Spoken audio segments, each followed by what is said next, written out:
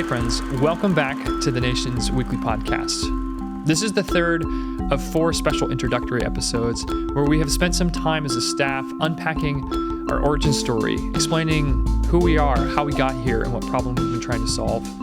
These next 2 conversations are a pivot, and we're going to spend some time unpacking our 4 core values. These are really important to understanding who we are and where we're going. Values shape the atmosphere and culture of us as an organization and inform us as storytellers and as journalists. So this week's conversation, we dive into the first 2 values, advocacy and life risk. We also explore bad incentives in media and why we are trying to do things a little bit differently around here. So thanks again for joining us this week, and we hope you enjoy the conversation.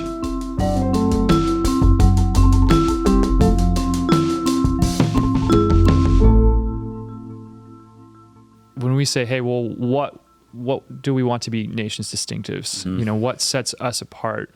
I mean, there's a couple of practical things. Like at this point in the Nation's journey, you know, we're not relying on ad revenue, which is, we see that as part of the problem in the media landscape. Mm-hmm. Is that, hey, ad-driven incentives trend towards the lowest common denominator, because what we've found, is increasingly talked about across the media ecosystem, is that like, hey, our negative biases are the easiest to manipulate.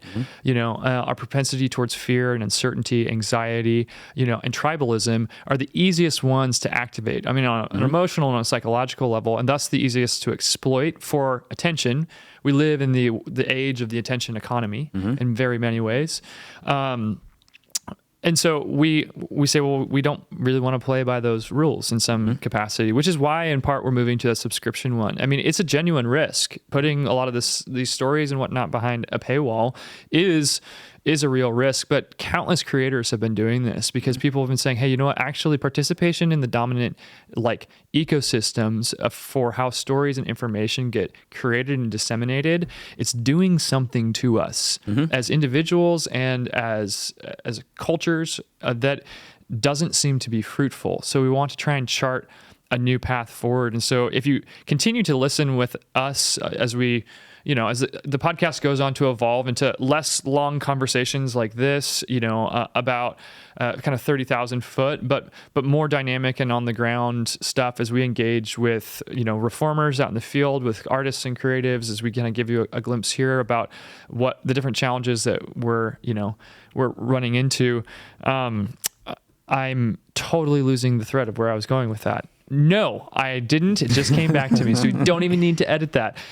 We want you to understand, and we constantly are having this conversation internally about values because tactics can change, right? I mean, the podcast is just a tactic. Social media is just a tactic. These are just tools of the trade to get these stories in front of people, to communicate the vision and the mission that we've all partnered with in lots of different ways. And so, but values are the things that shape culture. Values are the things that ultimately shape character. And so for us, part of the backstory that a lot of people didn't hear was just this years of you really leading the team through, honestly, spiritual contemplative planning and exercises, asking this question of God and of one another, looking around the marketplace and saying, hey, what are core values that will create the distinct culture that you were able to identify? When you first saw it back in 2019, and then when you did the deep dive, you named it as individuality. And I would say, well, it's our values that have created that sense of identity and that sense of individuality. So we're going to spend a few minutes having a couple of conversations about just the 4 kind of dominant values, which are the lenses through which we approach any story, regardless of the medium. And really quickly, they are advocacy, life risk, beauty, and reformation. So Joel, can you tell us, advocacy being the first one because it starts with A, what's the story? Why did we land on advocacy as a value?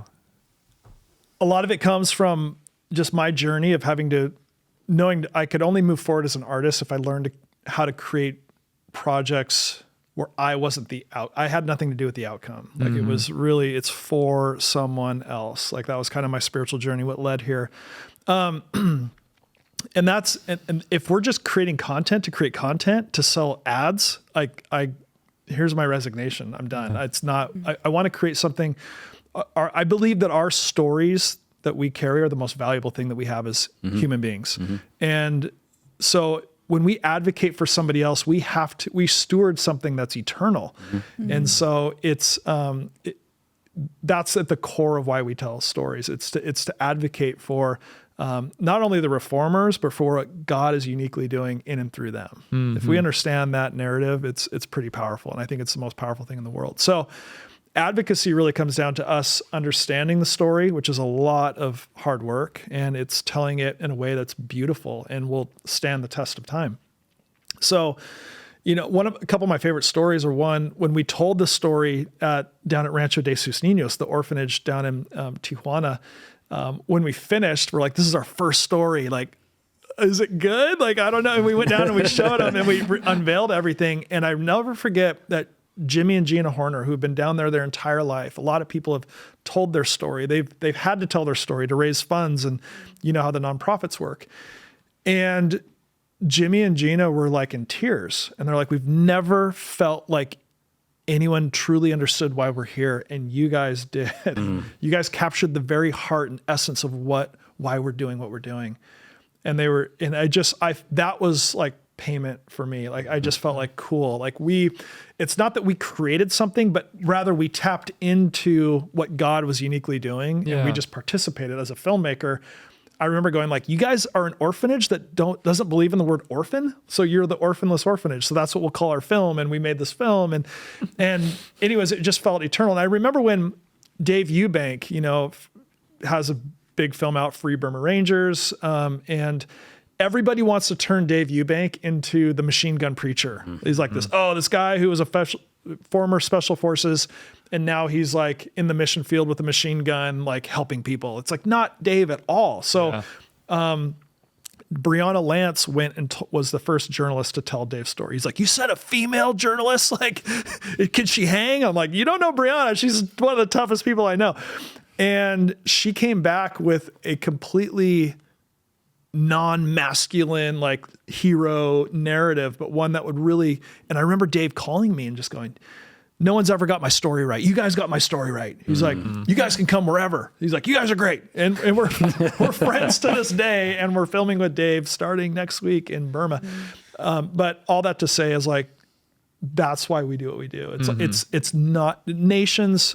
I still think and wish we could be invisible, and we have to create this content for them. Yeah, we have to advocate for them. And I think also one more thing, everyone's sick and tired of nonprofit propaganda. It's like, oh, here's the story. It's a great story.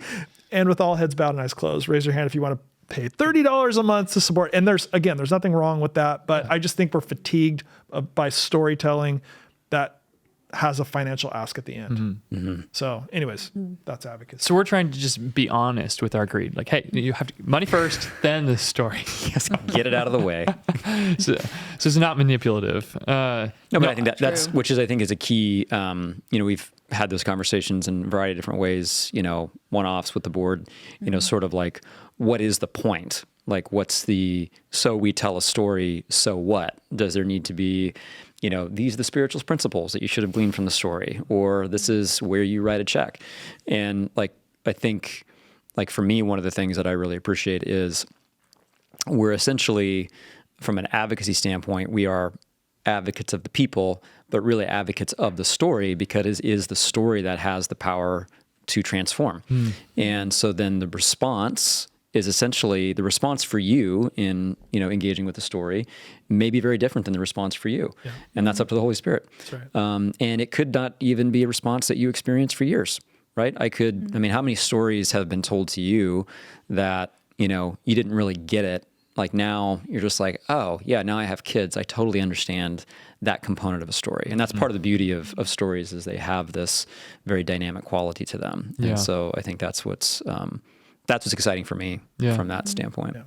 Well, I think advocacy too, for me, and on the editorial side, is, we're a mixed media platform. Not just that we're doing podcasts and we're doing, filmmaking and we're doing writing, but within the writing department itself, I mean, if you haven't been following along with us, or if you do start joining us, I mean, you'll get everything from, there's like personal essays, then there's reformer profiles of people who you've heard us start talking about, these individuals who have been creating something in usually these like broken places. We'll get to that a little bit later.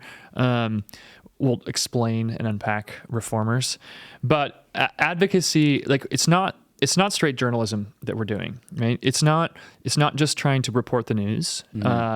It's not propaganda.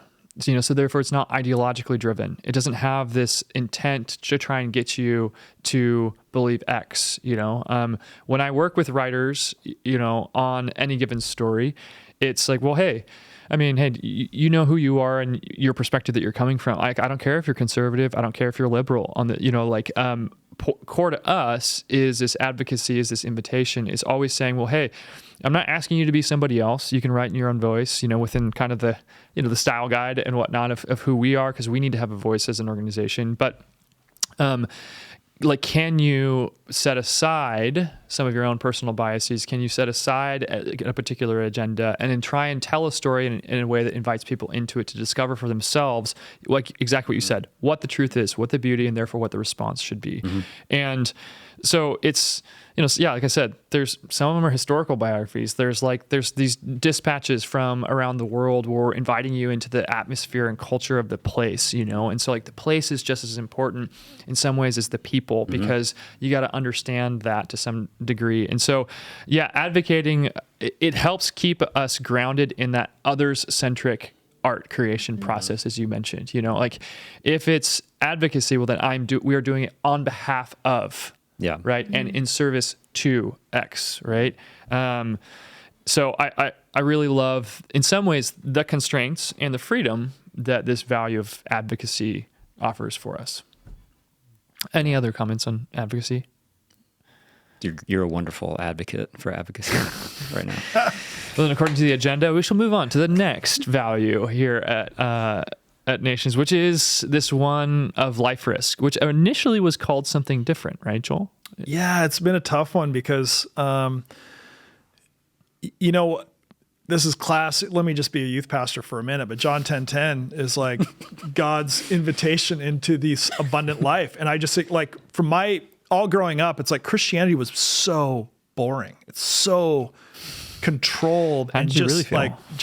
It was so neutered. And I wanted to, when I met Jesus, I just felt like that painting in Walter Mitty of Sean Penn when he's like, come on, let's go, let's partake. And so, at first we were kind of using this word adventure, but we were attracting all these people who I think just wanted to travel around the world and go to somewhere cool.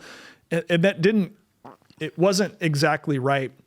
And I'll forget, I sat down with Todd Burns about 6 years ago, and he's a good friend of ours. And he goes, he's another filmmaker.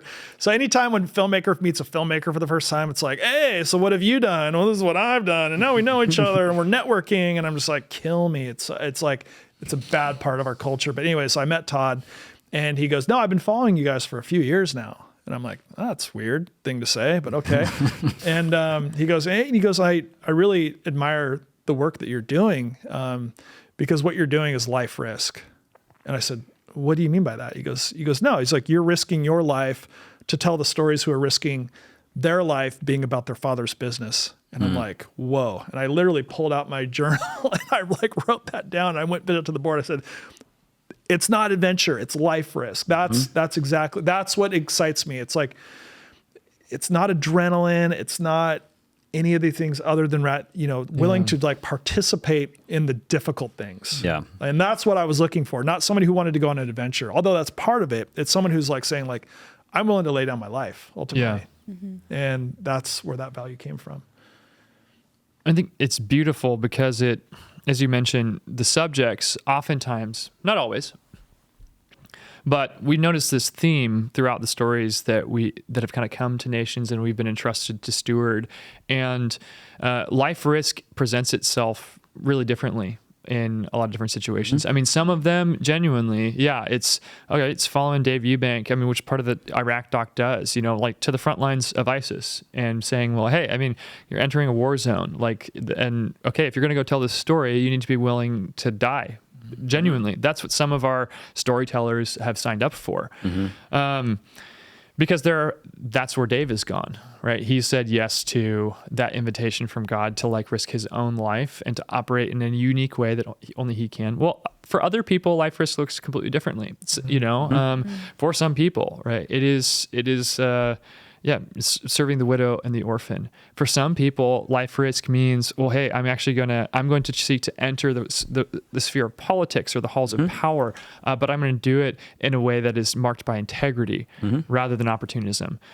So part of the reason why life risk is so valuable is because it gets to the core of, once again, to put on my pastor hat in certain ways, it gets to this irreducible aspect of discipleship. If anybody's been in the Christian space, they likely have heard of Dietrich Bonhoeffer, and his book on costly discipleship, when Christ calls a man, bids him come die, right? And so life risk for anybody of faith is essential because we all have to, in ways big and small, be taking this inward look and asking, well, hey, what parts of me do need to die? And what risks do I need to take to deepen in my faith, to respond in ways that aren't marked by safety and by a desire to just, upward mobility and all the different things that we're kind of told are the markers of a good life, saying, well, actually, no, people who are responding to the gospel are people who are willing to, and have been throughout history, go into dark places. It is like, Claire, your story in Germany, being willing to go into red light districts and to meet with those men and women in the spaces that they're in, saying, hey, you don't need to come to me, like I will go to you. Because ultimately that's what Jesus did. As Christians, we believe the incarnation is this absolutely radical thing where in a very real way, God risks his own life and then loses it. And that's the birth of the great story that we all feel swept up in, that has claimed our ultimate allegiance. And so life risk, this value that, hey, sometimes we have to tell stories over Skype. But whenever possible, we want to be there in the spaces with the people so that we can live alongside of them, so that we can do advocacy well. You cannot be willing to advocate if you're not willing to risk entering into the story fully. And one more comment on this, because I know we're going to be the future of nations in some capacity. We're going to be pushing certain boundaries, not just for the sake of pushing them, but because stories will demand it, because the complexities of people's human experience will demand it, because the irresistible creativity of the gospel will demand it. And so that's going to be blurring tribal lines. It's going to be blurring these different spaces. And so we're going to meet people from different walks of life, from different value systems, from different religions. And we need to be able to risk entering into their world to see their dignity, to see the image of God in them, to then be able to, it doesn't mean you have to yield completely to it. It doesn't mean that you have to be consumed or become that. But if we're not willing to enter into other people's belief systems, value systems, life experiences, and histories, well then, we won't really know people. And as storytellers, we won't be able to do justice to what it is that they've seen and experienced.